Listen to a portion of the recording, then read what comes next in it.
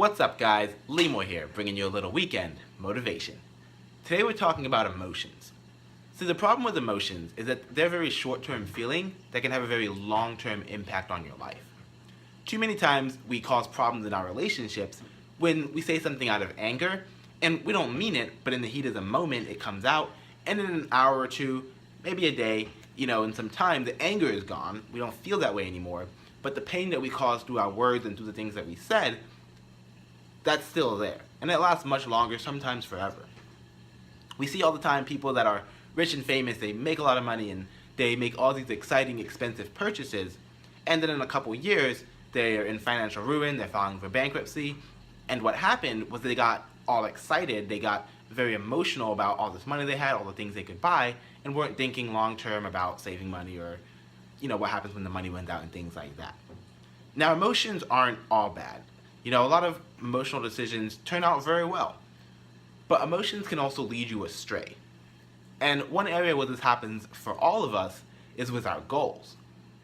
See, the problem with emotions is that it's all based on feeling. And most times, we don't feel like doing the things that we need to do the most. Doing the things that move our life forward the most. So we get caught up in, I don't feel like it, I don't want to, maybe tomorrow. And when we listen to these emotional feelings, we end up taking no action, we end up in procrastination.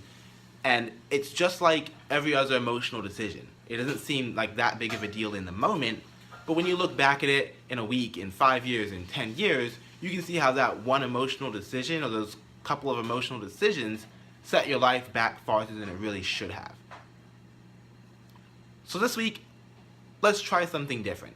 Anytime you feel like taking some kind of negative emotional impulse, right? Anytime you say, I don't feel like doing this, I don't want to do that, that's not fun, try doing the opposite. Try doing it anyway. And obviously you're not going to feel like it. It won't be enjoyable at the beginning, but if you can get in the habit of overcoming those emotions, you're going to start to see that you're going to have much better days, much more productive days, and as a whole, a much more productive week, and then months, and then years. Give it a shot.